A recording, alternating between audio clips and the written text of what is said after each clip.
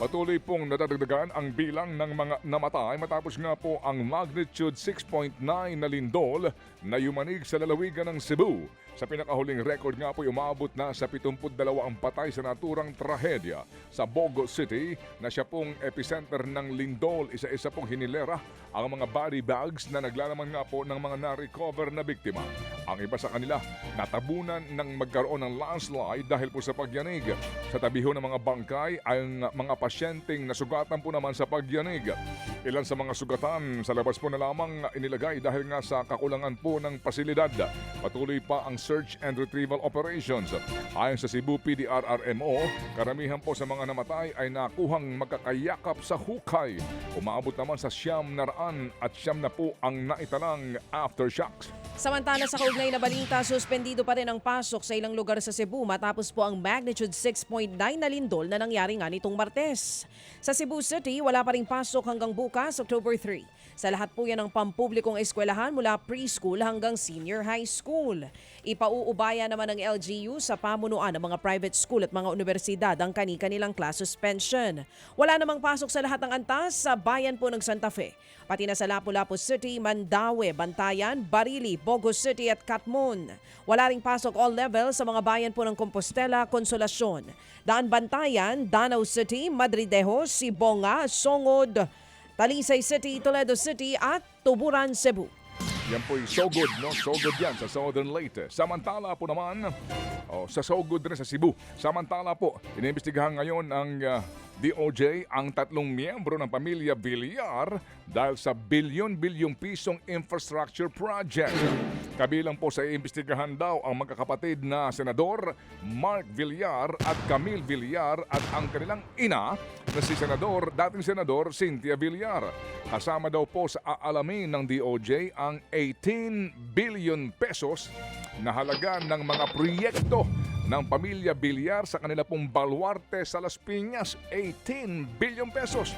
Isa nga sa mga titignan ang conflict of interest na posible daw pong nilabag dahil daw nilabag ni Senador Mark Villar noong siya pa ang kalihim ng DPWH kung saan po naman ito'y mula 2016 hanggang 2021. Ang kontratista pong pinsan daw kasi ni Senador Mark Villar ang nakakuha ng naturang mga proyekto. Git pa ng DOJ, posible daw meron ding conflict of interest pati sina Senador Camille Villar at dating Senadora Cynthia Villar. Sakali pong mapatunayan na mayroong conflict of interest, ayon sa DOJ, maliwanag daw po itong paglabag sa Code of Conduct and Ethical Standards for Public Officials at Anti-Graft Law. Wala pa naman pong pahayag dito ang pamilya Villar. Samantala, formal nang humarap sa Independent Commission for Infrastructure o ICI si dating DPWH Undersecretary Roberto Bernardo. Kasama po ang kanyang abogado, tumanggi na si Bernardo na magbigay ng pahayag kung ano ang tinalakay sa kanyang pagharap sa ICI. Matatandaang humarap sa Senado si Bernardo at inakusahan si Senator Cheese Escudero. Kasama rin sina Bong Revilla at Nancy Binay na kumuha daw ng kickback sa ilang proyekto ng DPWH. Pare-parehong itinanggi ng tatlo ang alegasyon ni Bernardo. At yun nga po din po ang ating pong bahagi ng ating Think About It today. Dito pong pagiging secret ng mga proceedings dyan sa ICI. Sa ilang pang balita, dadalaw po naman si Pangulong Marcos Jr. sa Cebu. Matapos nga po ang malakas na pagyanig na naramdaman doon kahapon. Sa kautusan po ng Pangulo, naghatid po naman daw ng agad na mga tulong ang DOH at maging DSWD. Higit sa 379 milyon pesos ang nakalaang pondo at meron na rin pong inihandang higit na 2 milyong food packs. Pinakikilos po ng Pangulo ang Quick Response Fund para nga daw mabigyan ng agaran tulong ang mga biktima ng kalamidad. We are still assessing the damage there, but the earthquake was very strong. Pagka yung mga ganyang klaseng numbers, that's a very big number already. So we're assessing the damage, we're assessing the needs na pangangailangan. Ang tinig ni Pangulong Marcos Jr.